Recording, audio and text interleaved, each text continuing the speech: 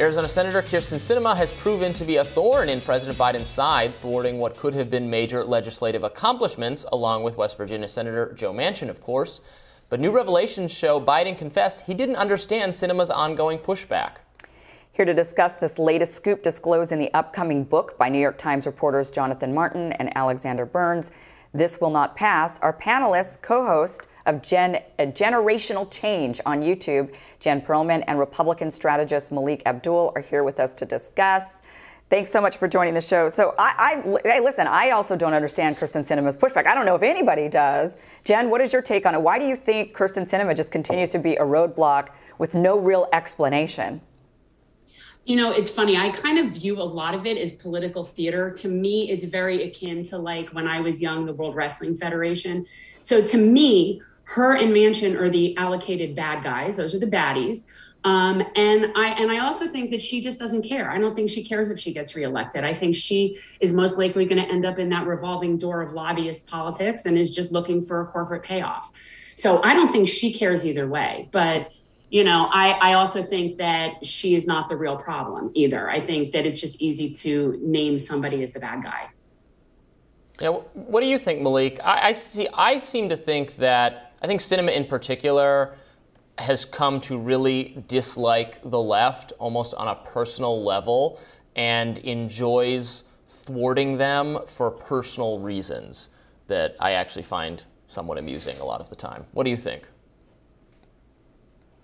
Yeah, so I'm not really sure if it's personal reasons.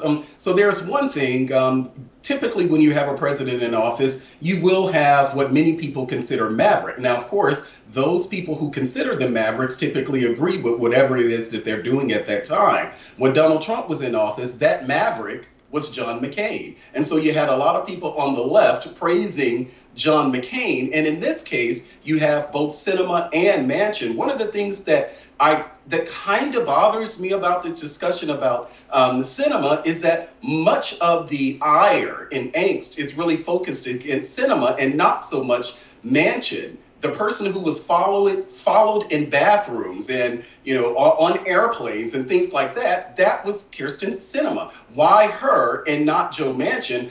I would say a little sexism is involved in that, but I really don't know. But that mavericks exist in either side is not something that's really surprising at all. Maybe it's because Manchin's hiding on his yacht all the time, so he's got fancy things to go hide inside of, and maybe Kyrsten Sinema's just more out on the street in public. Well, I mean, but there's also the material reason of, you know, Manchin represents a state that Trump won by 30 points. You know, the left ran Paula Jean Swearengin there in 2020 or so, and she got beaten by like 30 points, whereas Sinema is just one of two Arizona senators. Mark Kelly is a Democratic senator. He's fine with the Biden agenda. And so I think that helps people see, like, wait, you're from Arizona, and you used to be in the Green Party.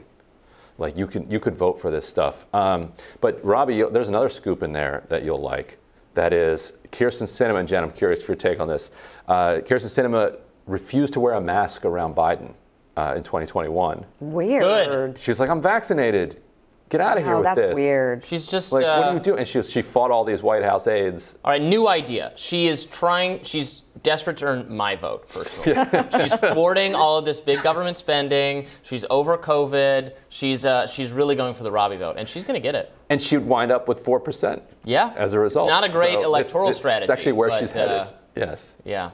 Jen, what's your reasoning, and what's your take for why it is that Sinema gets as much ire as she does, given Manchin's Manchin. Well, I mean, she doesn't have the establishment roots that Manchin has. I mean, he's like, what, third generation coal owner. His family basically owns West Virginia. I mean, he's just so much more established. She's only been sitting there this term. She doesn't really have any roots there. And I think that she enjoys playing. I think she enjoys the spectacle of it all. You know, when she walks into the floor to do a vote and does some sort of little thumbs down dance, that's a sign of someone who's into theater. This is not someone who is wanting to actually represent her constituents. And from my understanding, she doesn't. From my understanding, Arizonans are not happy with her, which is why I think she's not concerned with re-election. That doesn't seem to be something that she's concerned with. But I think she's having fun with it. I think that, you know, maybe there's a slight bit of psychopathy with her. I don't know, but she definitely enjoys being the bad guy. It's really bizarre. I mean, there's definitely really, but I actually agree with you, Jen. I think that she's there to be a foil in some way. Her and Manchin, I think that whoever, Biden might be confused as to what's going on, because I think, I'm not sure how in the loop Biden is on a lot of the stuff that's going on, but it seems like maybe the powers that be, whoever is really behind the scenes running things, especially in Congress, definitely designated those two and said, okay, we're going to try to, we need to make people happy by putting out there all these kind of far left ideas, and you two are the ones that are going to make sure that it halts every single time. So I'm really with you on that. Malik, is there anybody on the right that does that I mean, we talk about Kyrsten Sinema and Joe Manchin, but from your perspective on the other side of the aisle, is there anyone who operates in the same way?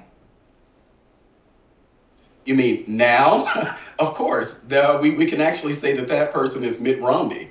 And Mitt Romney, Liz Cheney, Adam Kinzinger, a lot of them the left loves them now. Now, the Cheney brand has always been a pretty bad brand in leftist politics, but they love Liz Cheney now. So of course that there are comparisons to be made to people on the left, on the right, just as it is on the left. That's why I say that this is something that pretty much happens in every administration. But I think it's something that we should also be mindful of. What we're talking about with Sinema and Manchin is that they really were against the human infrastructure turned Build Back Better plan, and maybe one or two of the other, maybe the voting rights legislation. It's not as if they haven't voted in lockstep with the Democratic Party on almost every single issue, but around voting rights and the Build Back Better plan, they have been considered as, if you will, mavericks. But it's not as if they haven't voted in lockstep with the Democratic Party at all. And I think that that's something that we need to keep in mind,